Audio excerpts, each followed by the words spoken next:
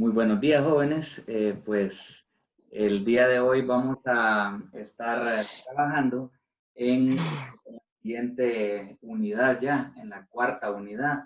En esta unidad lo que vamos a estudiar es un solo tema, ¿verdad? Y ese tema se llama series infinitas.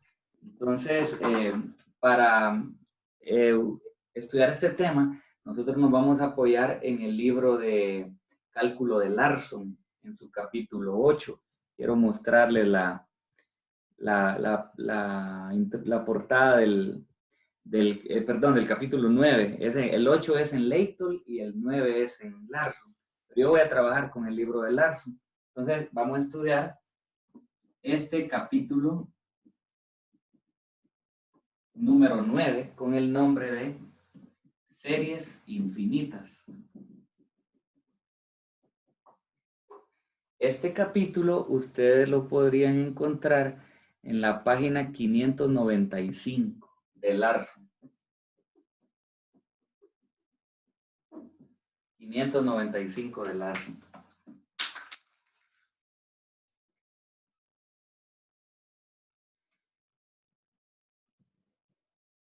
En este capítulo, y por eso les digo que es un solo tema, ¿verdad?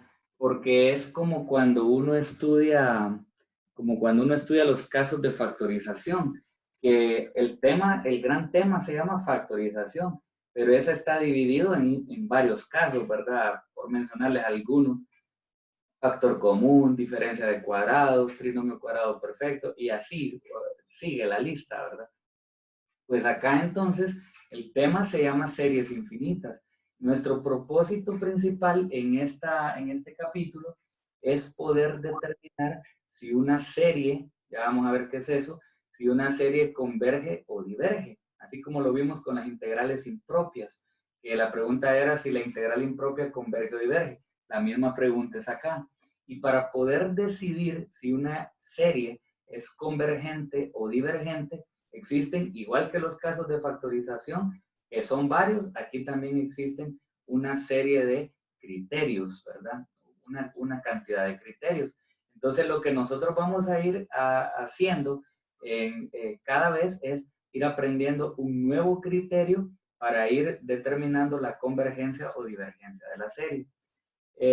Más o menos creo que andan, no estoy tan seguro, pero andarían ahí por los 6 o 7, 6, 7 por ahí, criterios de convergencia, ¿verdad? Que son los que vamos a estar estudiando. Entonces, 6, 7 o hasta 8, creo, criterios de convergencia, ¿verdad? Que vamos a estar estudiando. El capítulo 9, ahí en el libro de Larson, arranca con la sección 9.1 que se llama sucesiones.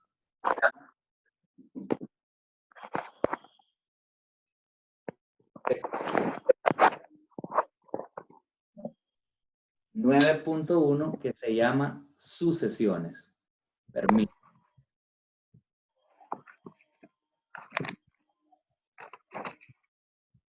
Entonces, como lo estamos viendo acá, esto está en la página 596.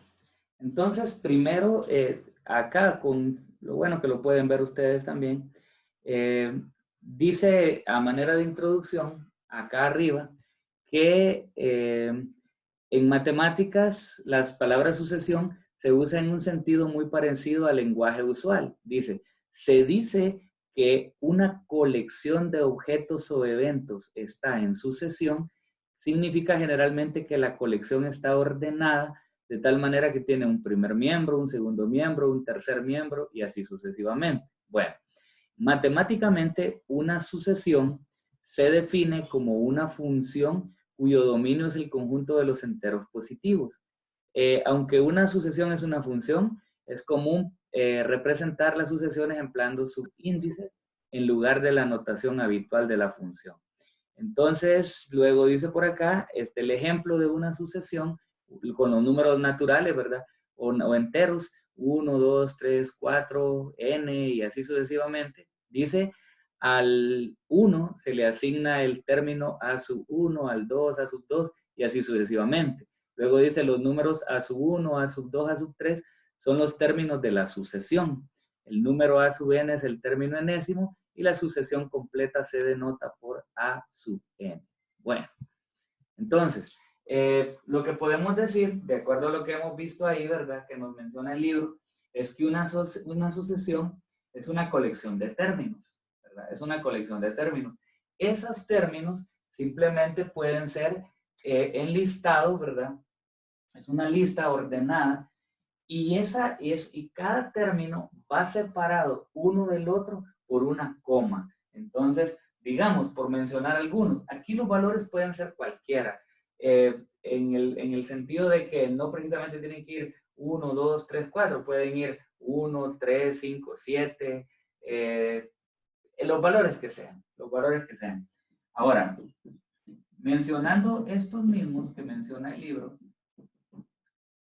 se refiere entonces a una lista. Esa lista está formada por elementos. En este caso, tenemos un primer elemento, un segundo elemento, un tercer elemento. Ellos dicen que normalmente a los elementos se les identifica con una A minúscula, ¿verdad? Y con el subíndice. Ahora, no significa que el A sub 1 tenga que ser 1. Aquí, como les digo, aquí puede ser 5, 6, 7, 8, 9, no importa el valor, sino que el subíndice 1 se refiere a que este es el primer elemento de la sucesión. Este es el primero, por ejemplo, este sería el 1, 2, 3, el cuarto elemento de la sucesión, y este sería el enésimo elemento de la sucesión, ¿verdad? Refiriéndonos a cualquier número n. Entonces, esta es una sucesión y está formada, ¿verdad?, por distintos elementos.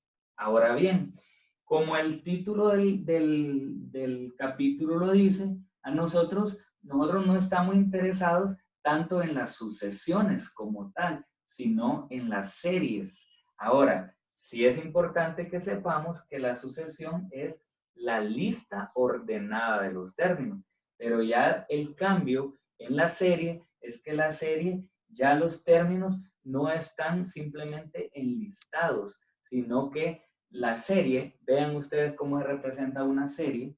Por cierto, las sucesiones se representan entre llaves. Así, esa es la sucesión A sub n, digamos, hablando de esta. Las series ya no se representan así, sino que se representan con el signo de sumatoria. Esa es la letra griega sigma, ¿verdad? La letra griega sigma, y lo que dice acá uno es que vamos a ir desde el elemento 1 hasta el elemento n. Desde i igual a 1 hasta n. Esto puede ser desde i hasta n o desde i hasta más infinito, ¿verdad? Por eso se llaman series infinitas. Por eso se llaman series infinitas. Y lo que ponemos acá es A sub n. Es la misma sucesión, pero en este caso yo creo que algunos de ustedes están acostumbrados a trabajar con esta letra griega, porque esta letra griega, sobre todo en las clases de computación, las utiliza uno para hacer sumatorias o para representar a las sumatorias o como contadores que le van acumulando suma, ¿verdad? Entonces aquí no está nada lejos de eso, porque esta sería la sumatoria. Le voy a cambiar por un momentito la palabra serie a sumatoria. Sería la sumatoria de la sucesión A sub n. ¿Qué significa entonces? Significa que tomo la sucesión, que aquí la tengo, y le sumo sus elementos.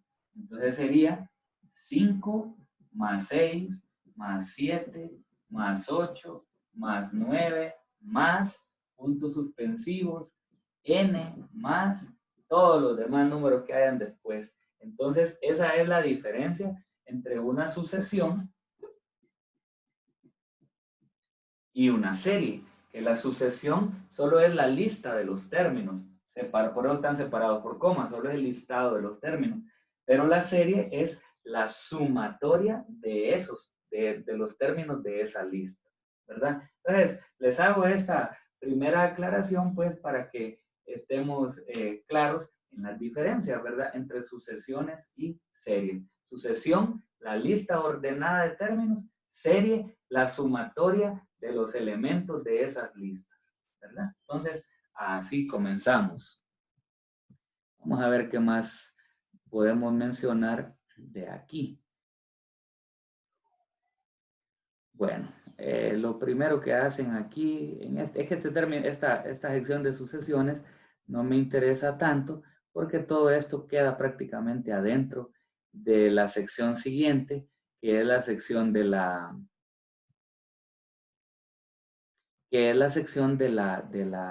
series. Sin embargo, voy a considerar estos primeros ejemplos para no dejar la serie, perdón, el término de sucesión así tan solamente hablado nada más.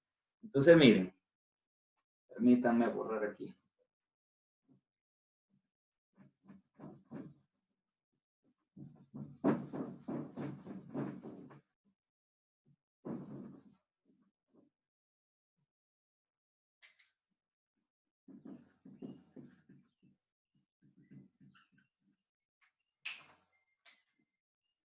A ver, los ejercicios estos que aparecen en la sección 9.1, que yo no se los voy a dejar, no se preocupen, porque esto solo es para darle vida a la palabra sucesión ahí, dice, en los ejercicios del 1 al 10, escriba los primeros 5 términos de la sucesión, que por cierto aquí el autor o la secretaria se equivocó porque es A sub n, es n como subíndice, pero bueno, eso no importa. Veamos, antes de ver el 2, que aparece un número ahí, veamos el número 3, que dice A sub n. A sub n igual a menos un cuarto a la n.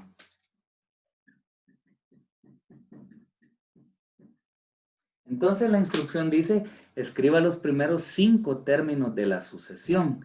Entonces lo que yo tengo que hacer para escribir los primeros 5 términos de la sucesión es simplemente sustituir la n por cada uno de esos términos. Entonces sería el primer término de la sucesión, pues lógicamente es el a sub 1, porque el 1 representa el primer término. Entonces nos quedaría menos un cuarto a la 1, o sea, negativo un cuarto.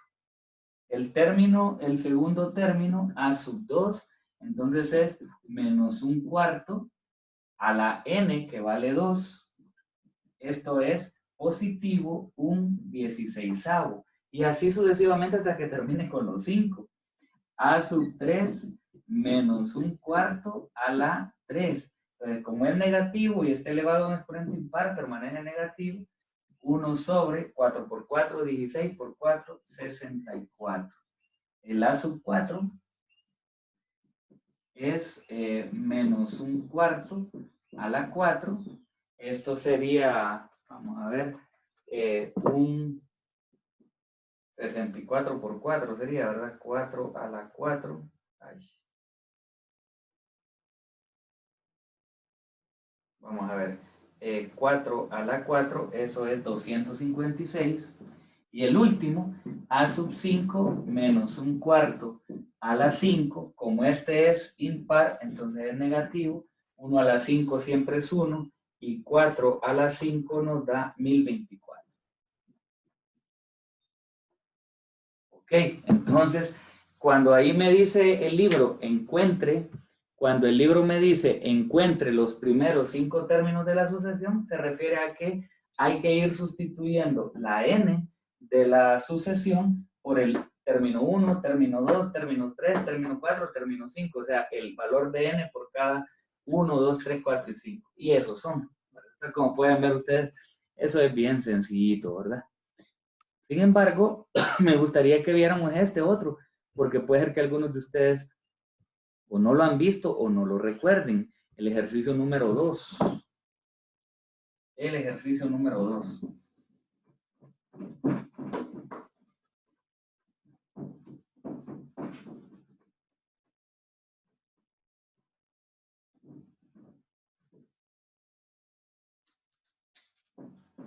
El ejercicio 2 nos da la sucesión a sub n igual a 3 a la n sobre n factorial. Ok, los primeros 5 términos dice la instrucción. Entonces, nos están pidiendo los primeros 5 términos de esa sucesión. Entonces, acá, hablando del primer término, significa que la n la voy a sustituir por 1. Entonces, me quedaría 3 a la 1, 3 a la 1 sobre 1 factorial. Entonces, ¿qué tienen que hacer ustedes ahorita? Bueno, para empezar, antes de hacer el cálculo, esta es la sucesión. Esta expresión 3 a la n, pues es una función exponencial. Esas ustedes las vieron en 110. Y esta es la que yo no sé si ustedes la vieron en estadística, creo. O en alguna otra clase, donde se usan los números factoriales. Ese número factorial, yo me acuerdo de haber visto, creo que hasta en biología, en el colegio, ¿verdad? Los números factoriales, la utilizábamos para sacar, creo que unas cuestiones de unas razas o de unas mezclas ahí, cuando eran bastante grandes. Y, por ejemplo, recordando un poquito el tema, si yo tengo que hacer 5 factorial y lo voy a hacer a mano, entonces el cálculo de 5 factorial es así. 5 por 4 por 3 por 2 por 1. 5 por 4 por 3 por 2 por 1. Entonces voy a multiplicar hasta que llegue a 1. Sería 5 por 4, 20. 20 por 3, 60. 60 por 2, 120. Y 120 por 1 es 120. A eso se refiere los números factoriales. Claro, todo eso por eso les digo que lo han utilizado en otras clases porque su aplicación puede ser muy grande en clases como estadística, por ejemplo. ¿Verdad? Aquí simplemente estamos utilizándolo como una sucesión para poder determinar el valor del término. Ese factorial, lástima que yo no traje mi calculadora Casio, pero ese factorial, para que ustedes no tengan que estar haciendo estas multiplicaciones a mano, está una tecla factorial ahí en su calculadora, solo que yo no ando la Casio. Entonces no sé si alguien localiza esa tecla. La tecla es que tiene que tener el signo así de factorial. A ver si la encuentran. Está debajo de la tecla Shift. Debajo de la tecla Shift, bueno, ahí está, ¿verdad? Entonces, ¿qué van a hacer ustedes? Van a presionar el número que tengan y luego van a presionar esa tecla, ¿verdad? Esa tecla y les va a salir inmediatamente el 120, ¿verdad? Así. Entonces, les cuento eso pues para que sepan que no necesitan hacerlos a mano. Bueno, ahí buscan la tecla y lo van a probar aquí con algunos de estos. Entonces tenemos 3 a la 1, 3 y 1 factorial. A ver si alguien me dice cuánto le da 1 factorial. 1. 1. Ajá, y con esa solvencia, 0 factorial.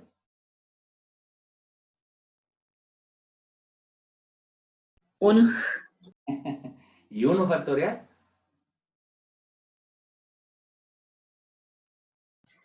1. 1 también, ¿verdad? Así que no vayan a caer en la trampa de creer que 0 factorial es 0.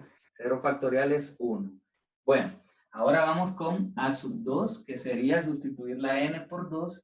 3 a la 2 sobre 2 factorial. 3 a la 2, 9. 2 factorial, ¿cuánto es?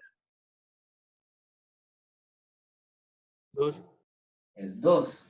Luego a sub 3, 3 a la 3 sobre 3 factorial. 3 a la 3, 3 por 3, 9 por 3, 27. ¿Y 3 factorial? 6. 6. 6. Y como esta fracción la podemos simplificar, la vamos a simplificar.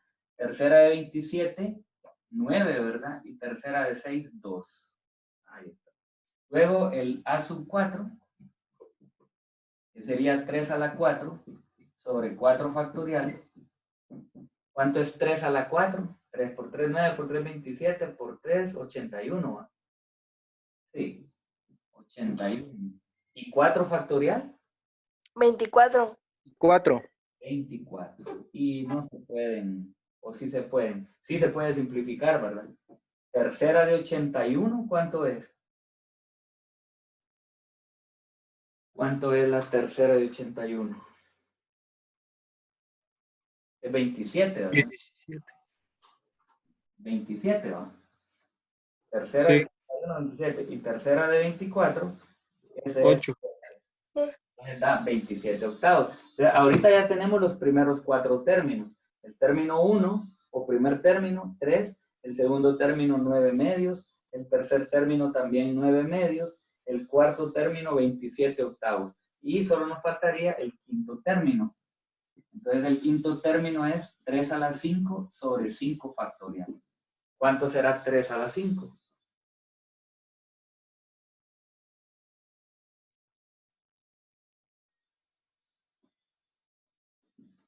Pues 3 por 1, 3, 3 por 8, 24, 243, ¿verdad? Y 5 factorial, ¿cuánto será? 120. 120. Ok. ¿Cuánto es la simplificación de esa fracción? ¿Cuánto da la fracción esa simplificada? 243 entre 120, 81 cuarentavos me da. Sacándole tercera y tercera. Tercera de 243, 81 y tercera de 120, 81 40. Bueno, pues ahí ya tenemos cumplida la instrucción que fue calcular los primeros 5 términos de la sucesión. Entonces, en este caso, pues el ejercicio prácticamente solo trata de eso, de obtener el valor, ¿verdad?, de cada uno de los términos. Vamos a continuar. Y vamos a pasar ahora a la primera sección, que yo ya la considero como la primera sección que vamos a estudiar aquí. La sección 9.2, series y convergencia. Ahí vamos a trabajar.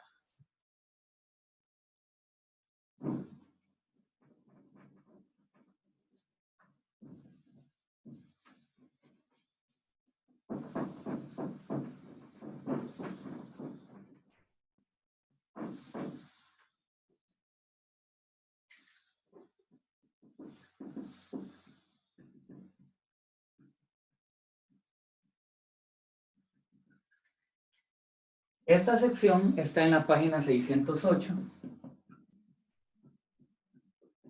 Y como les decía hace un rato atrás,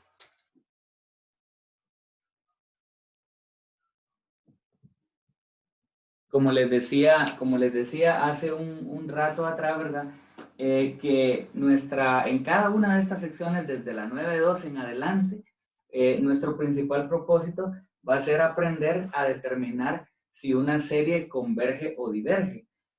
Si ustedes recuerdan el concepto de convergencia o divergencia de las integrales impropias, reconociendo, ¿verdad?, que una integral es el valor o el resultado o la cantidad, no sé, como ustedes quieran decirle, del área que hay por debajo de la curva. O sea, yo tengo una integral, tengo su integrando, lo grafico y toda la región que está por debajo de esa curva del integrando, y si es una integral definida entre sus rectas A y B, toda esa porción que está ahí, esa me forma un área, ¿verdad? Entonces, como no siempre las integrales van a ser definidas, sino que muchas veces son indefinidas, si al graficar ese integrando, la región no se vuelve en un determinado como campo, como encerrándose, entonces, si se encierra o si toma un determinado valor, entonces era una serie convergente. Pero es una serie que es un área que no se expande, sino que es un área que como que converge en un determinado espacio. Por eso se dice que converge. Pero una gráfica en la que la gráfica más bien se abre, se extiende, eso va a ser un área que no va a ser convergente, y a eso se le llama divergente. En este caso también, las series convergentes van a ser series que van a determinar, van a tender a un determinado valor. Pero yo no quiero que manejen el concepto en general de que si toma un valor es convergente y si toma infinito es divergente, como lo usábamos en las integrales impropias, sino que vayamos conociendo cada uno de los criterios para ver qué nos dice cada uno de los criterios. Recuerden que cada criterio tiene, al igual que en el caso de la factorización, sus características que tiene que cumplir el problema para que se le pueda aplicar ese criterio. Y luego el criterio nos dice, nos permite concluir, pues, muchas veces cuando apliquemos un criterio, ese criterio nos va a permitir decir que la serie es convergente o que la serie es divergente, o un tercer caso, que el criterio no es concluyente, o sea, que no se puede utilizar para probar la convergencia. Entonces, demos inicio con el primer criterio de los como 8 criterios que vamos a estudiar. Esta parte que menciona aquí de las series infinitas, pues ya se las mencionaba, ¿verdad? Desde 1 más infinito y ahí van los términos avanzando. Bueno, ahí hay una definición, ¿verdad? No la voy a copiar, sino que, de hecho, ya lo dije. Entonces, quiero que comencemos con el primer criterio. Acá hay un criterio, se lo voy a ir mostrando, aunque sea. Aquí hay un primer criterio, solo que no es el que vamos a ver nosotros. Este de acá es el criterio de series telescópicas. Ahí lo dice, serie telescópica. Luego por acá tenemos el criterio de series geométricas, pero eso todavía no. Y por acá nos vamos a tener que encontrar con el criterio del término enésimo. Este es el que yo necesito en este momento. Solo que permítanme, aquí, este es el que necesito. Ahí vamos a empezar. Entonces ponga en su cuaderno ahí, criterio del término enésimo para la divergencia. Criterio del término enésimo para la divergencia.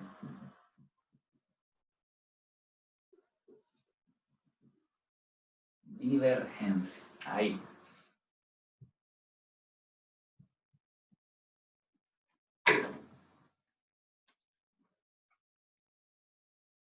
Ok, ¿qué dice ese criterio? Dice, si el límite cuando n tiende a más infinito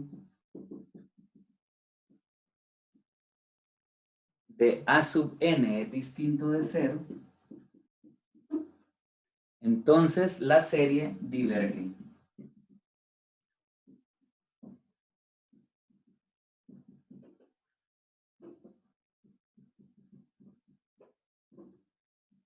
Entonces la serie diverge. Bueno, si no lo copió de ahí, pues ahí va a estar en la pizarra.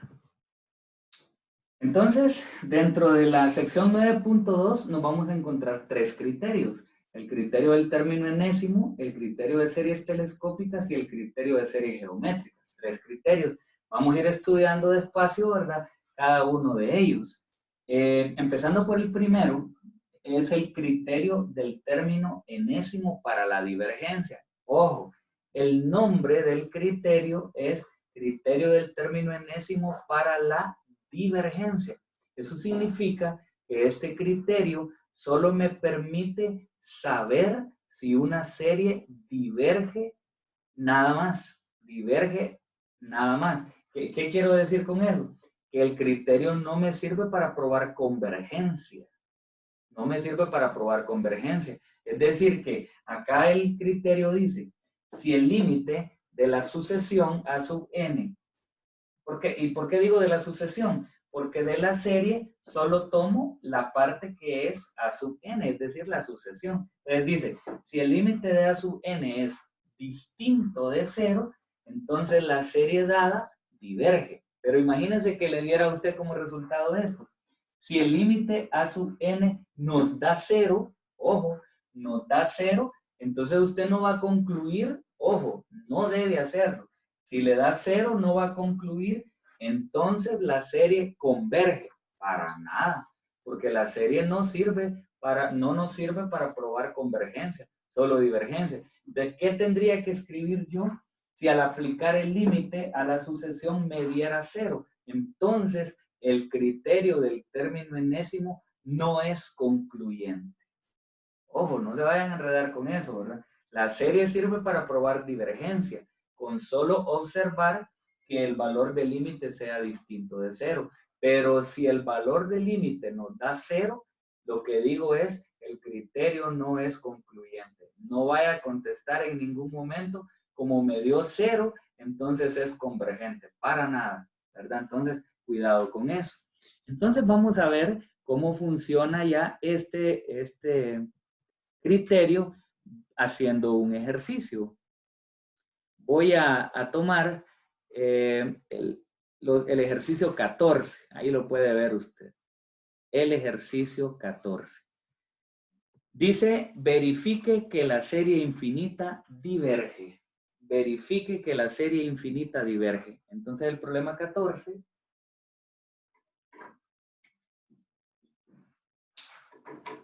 nos dice serie de 1 a más infinito. Note usted que Larson no le pone el signo más. Yo ya se lo pongo de costumbre, pero Larson no gasta ahí en poner el signo más, no gasta. N espacio ni tiempo. N sobre 2N más 3. Ok. Vamos entonces vamos a verificar, como dice la instrucción, vamos a verificar que esta serie es una serie divergente. Entonces, ¿qué hago? Pues para probar la divergencia, utilizo el criterio del término enésimo, el cual dice que tengo que plantear límite, acá lo dice el criterio, límite cuando n tiende a más infinito de a sub n. A sub n es, en este caso, n sobre 2n más 3. Bien, entonces lo que yo tengo que hacer es resolver ese límite. Vea cómo vamos a necesitar un poco, ¿verdad?, acerca de lo que vimos en cálculo 1. Le quiero recordar que lo primero que uno hace al evaluar un límite es sustituir el valor, ¿verdad?, al que tiende n, para ver si tiene solución directa o está en una forma indeterminada. Entonces, al sustituir la n por infinito, se obtiene infinito arriba. 2 por infinito es infinito, infinito más 3 es infinito. O sea que tengo la forma indeterminada infinito sobre infinito. Yo tengo que eliminar esa forma indeterminada. En cálculo 1, en 2 parciales diferentes, aprendimos a hacer límites de este tipo. En el primer parcial de cálculo 1, a uno le enseñan que para eliminar esa forma indeterminada, infinito sobre infinito, o sea, en ese primer parcial, lo que se hace es dividir cada término de la función entre la variable de mayor exponente. En este caso, para mí, la variable de mayor exponente es n. Entonces, yo tengo que dividir cada término entre n. Vamos a ver.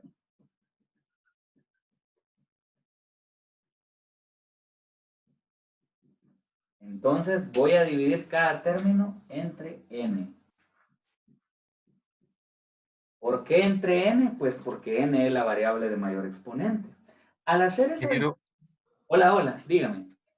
a la n de abajo le faltó el 2. Ay, gracias. Excelente. Listo.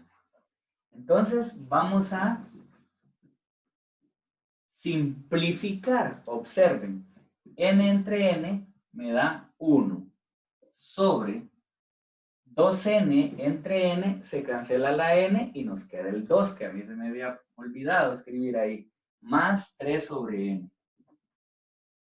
En ese momento, cuando yo ya dividí cada término de la función entre la variable de mayor exponente, ya lo que me queda, me va a quedar sin la forma indeterminada. Y de hecho ustedes lo van a observar. El numerador es 1. El numerador es 1 y en el denominador tengo que acordarme de que también en el primer parcial de cálculo 1 me enseñaron el teorema de que cuando divido una constante como S3 entre un infinito que vale n, siempre que usted tenga dentro de un límite la división de constante entre infinito, el resultado es 0. Ese tiene que anotarlo por algún lado, ¿verdad? constante entre infinito, el resultado es 0. Ese es un teorema dentro de límites, por cierto, ¿verdad? Esto tiene que ser dentro de un límite. Porque si a mí me preguntan cuánto es 5 entre 0, yo no voy a decir infinito. Si me preguntan así nada más, 5 entre 0, lo que tengo que contestar es, no está definido, ¿verdad? Porque la división entre 0 no está definido. Sí, en ese caso, ¿verdad? Pero si me preguntan dentro de un límite cuánto es 5 entre 0, yo le contesto infinito por un teorema que hay de límite. Entonces, seamos claros en eso, ¿verdad? No es lo mismo evaluar constante entre infinito. En la vida, sí, constante entre infinito no está definido, pero dentro de un límite, constante entre infinito es 0. Eso memorícenlo, ¿verdad? Entonces, miren acá, constante entre infinito es 0. Entonces me queda 0 más 2, quiere decir que la parte de abajo me da 2. Y eso significa entonces que el límite vale 1/2.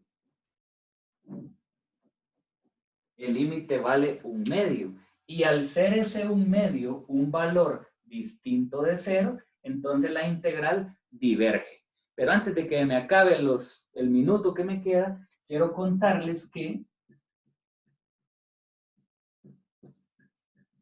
una vez que usted evalúa, esta es como opción 1 y esta es la opción 2 para resolverlo. Una vez que usted evalúa y mira que le da la forma indeterminada, infinito sobre infinito, si no lo quiere hacer por este teorema del primer parcial, le decía que también en el tercer parcial le enseñaron otra forma de hacerlo. Y esa otra forma de hacerlo es a través de la regla de L'Hopital. Entonces, la regla de L'Hopital sirve para eliminar la forma indeterminada 0 sobre 0, infinito sobre infinito. Y lo que hago es derivar arriba primero, derivada de n, 1, y derivar abajo después. La derivada de 2n más 3 es 2. Es 2. Y luego entonces el límite de una constante es la